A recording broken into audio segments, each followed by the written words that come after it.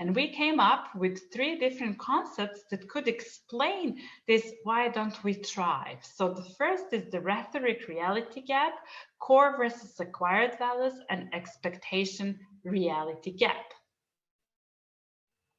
So when we talk about rhetoric-reality gap, this is exactly what was described in this first study when the pairs of parents and kids were interviewed. We call this rhetoric-reality gap, the difference between what we say is most important to us, and then the difference between how we act in reality. So what we did, we went, I connected with my research to the coaching community, and we developed tools that could actually measure the discrepancy between our stated values, so what we say is the most important, and the values that actually drive our behavior, decisions, actions, and priorities. So we call them driving values. And this is the result of our first experiment. We find that 95% of participants at our study reported that they have a difference, specific degree of difference between the top 5 stated and top 5 driving values. So if you look at this diagram here and these different bars in different colors, 0 would mean that none of the top 5 stated values, so what we say is the most important, matched our driving values. And then 100% would mean that everything we say is perfectly reflected in our behavior. As you can see, the majority of people find them somewhere in between. So there is a specific overlap between what we say, what is important, and then what we do in reality. And then we start asking, what could be this force that can shift our focus from what we say is so important for us? And then whole our theory about the organization of our value system came into the play.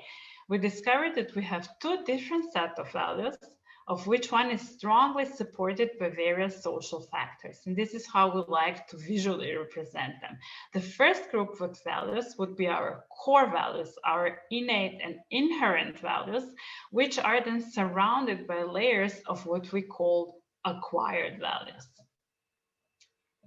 And now we're going to zoom into the differences between core and acquired values and how we can use this knowledge for a better coaching experience. So let's first see, how did we get those 2 different sets of values? Because I'm a really molecular person and I hold a degree in biochemistry and molecular biology. This is how I saw it immediately when we started this, differentiating between these 2 different sets of values.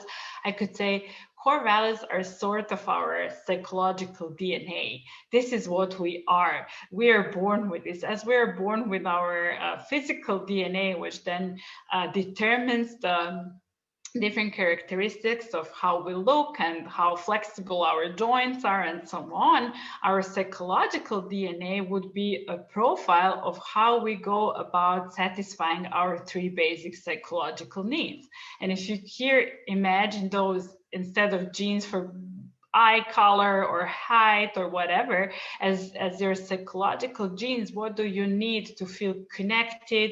What do you need to feel autonomous? This is how I imagine these core values is working. This is something you were born with. And then we have those acquired values, which are coming from the outer world. And I used to represent them as a little virus, which is having his own genetic material. He's fusing with our system, with our DNA. It's incorporating its own information into our DNA. And once those values are mixed, we cannot recognize our original files anymore. And the reason why this is happening is because this acquiring values process is happening at such an early age, when we don't have neither knowledge nor experience to know what our core values are. And then we end up with completely mixed files, which we cannot sort out anymore, except by deep reflecting, which is going to be the topic of the next couple of slides. So where do we acquire values? Where those acquired values come from? The first layer of acquired values would be our microenvironment. This is the most intimate and the most effective way how we acquire our values, from our close family and friends. And here I just collected some of the examples of our clients which reported what would be the advice they got from their parents or guardians that stick with them the most throughout the life. And here are some examples. If you fail in school, you won't be able to get a job. Choose a profession that will make you rich. Or the typical one, boys don't cry. It's really everywhere in our society and modern culture. Just try to be as other kids. Or men don't like women who are too smart. Or the worst that can happen is you get a divorce. And now imagine if you're on a receiving end of these advices, your value system will be definitely influenced by this. Let's say this boys don't cry. If you hear that all the time, then toughness and strength will be the values that will be supported by your environment. And that doesn't necessarily have to match your own values. The second layer would be the generational values, which would come from our school friends, teachers, media, and now among younger generations, the most dominant, the social media. So here I made just put together some pictures that are from the so-called influencers of young generations in today's world. And if you look at the messages they're having, it's of course not surprising that those new generations are obsessed with money and fame and materialistic world and so on and so on. And then the last, the most other layer of acquired values are the cultural and national values, which we are absorbing in our history classes, national symbols, stories, prominent manuscripts, and so on. So really, depending in which part of the world we are born and raised, our value system will be highly affected.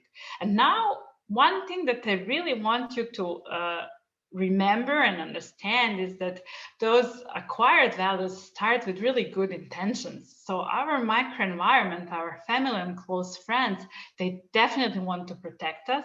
They want to offer what's the best for us. Our generation is there to make us feel understood, to inspire us. National and cultural values are there to make us feel safe and to have a sense of belonging.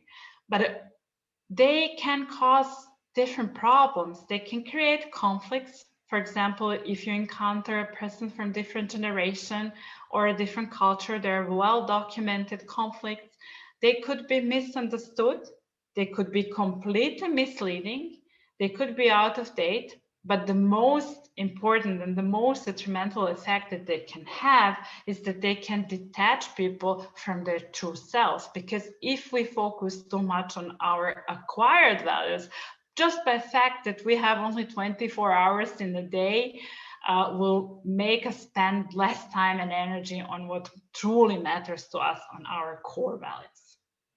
And this is something that we actually measured, and we could show that too much focus on our acquired values can decrease our well-being. This is what we measure in this study. So here on the Y scale, you see this score from the satisfaction with life scale experiment that I showed you in the beginning. It ranges from 1 to 7, and you can see that there is a negative correlation with how much focus, so the relative centeredness on our acquired values. So the more we are focused on our acquired values, let's say 100%, the lower levels of well-being. And the opposite is true. If we are not focused on our acquired values at all, but live in alignment with our core values, our well-being has higher levels.